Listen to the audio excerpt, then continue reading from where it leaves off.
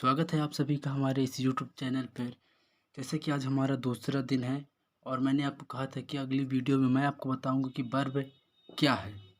तो बहुत लोग सोचते हैं कि वर्ब हमें स्कूलों में रटाया जाता है, कोचिंगों में पढ़ाया जाता है कि वर्ब याद करो, पढ़ो व जितनी हो सके उतनी वर्ब याद करो, क्योंकि इसका हमारे जीवन में बहुत महत्व है। लेकिन आज मैं आपको ऐसी ट्रिक भी बताऊंगा, वर्ब के बारे में भी बताऊंगा।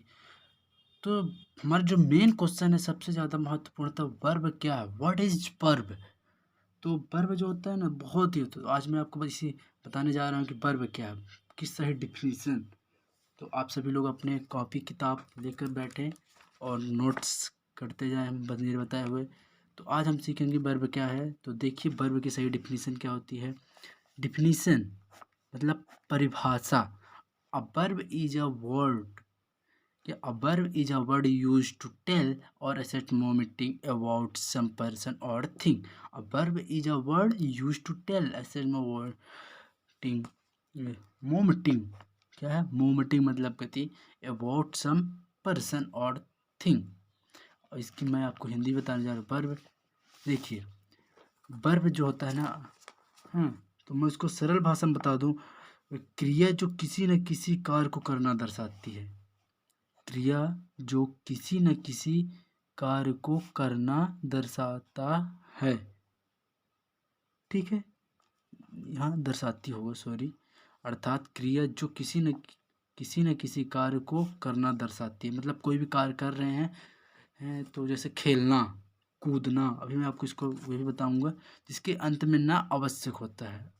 एक बार और आप फिर ध्यान दे दीजिए।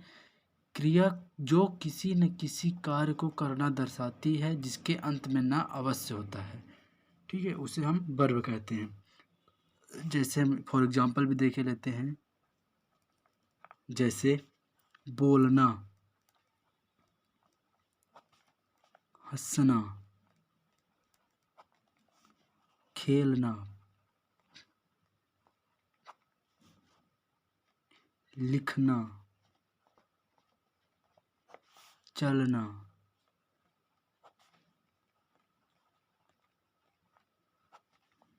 दौड़ना और लिखवाना,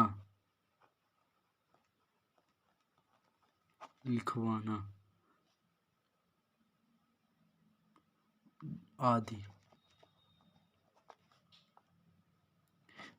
जो हो गया बोलना, हंसना, खेलना, लिखना, चलना, दौड़ना, लिखवाना आदि। इस प्रकार जिस भी शब्द से किसी भी कार्य का होना प्रकट हो, वह क्रिया कहलाती है। ध्यान से देखिएगा, बोलना, हंसना, खेलना, लिखना, चलना, दौड़ना, लिखना आदि। मैं लिख भी देता हूँ। इस प्रकार जिस भी शब्द से किसी भी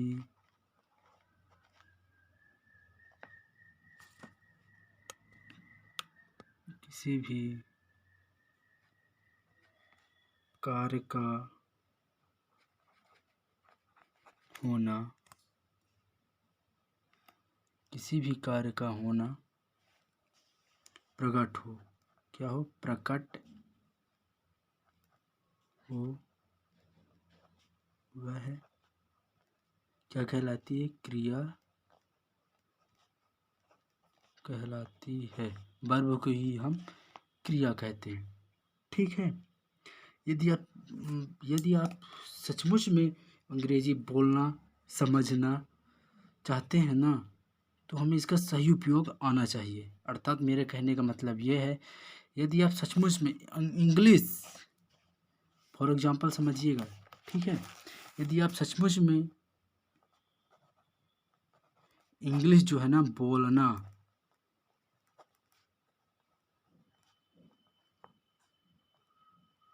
समझना,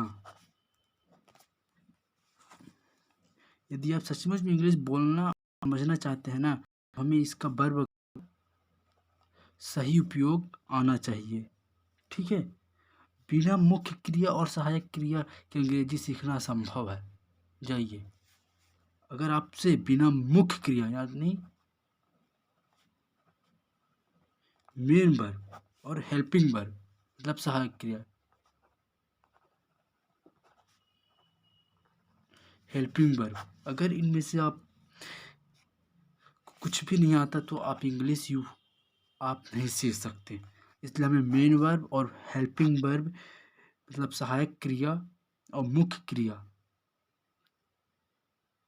की अंग्रेजी सीखना असंभव है, मतलब इन दोनों के बिना अंग्रेजी सीखना असंभव है। ठीक है, इसलिए हमें इसका उपयोग आना चाहिए। अगली वीडियो में हम सीखेंगे काइंड ऑफ वर्ब, वर्ब के कितने प्रकार होते हैं। और मैं आपको बता दूं वर्ब के वैसे 3 प्रकार होते हैं। There are 3 kinds of verb. लिख लीजिए आप अभी से ही, there are 3 kinds of verb, अर्थात वर्ब के 3 प्रकार होते हैं। कौन कौन से बता दो। प्राइमरी एक्सुलरी वर्ब मतलब सहायक क्रिया, मॉडल एक्सुलरी वर्ब और मेन वर्ब, जिसको हम मेन वर्ब को हम क्या बोलते हैं, प्रिंसिपल वर्ब भी बोलते हैं। ठीक है, मेन वर्ब हमारी 3 होती हैं, वर्ब होती हैं 3, जिसमें से पहला क्या होता है, मैं जब भी इसको आपको सिर्फ इंट्रोडक्शन दे रहा हूँ, इसके बाद मैं आपको पूरी डिटेल्स दूंगा। प्राइमरी वर्ब, दूसरा होता है मॉडल, उसे आप यहाँ पास एक्सुलरी भी लगा सकते हैं। ठीक है, मॉडल वर्ब। और जो तीसरा वर्ब है वो आता है मेन वर्ब, इसी को हम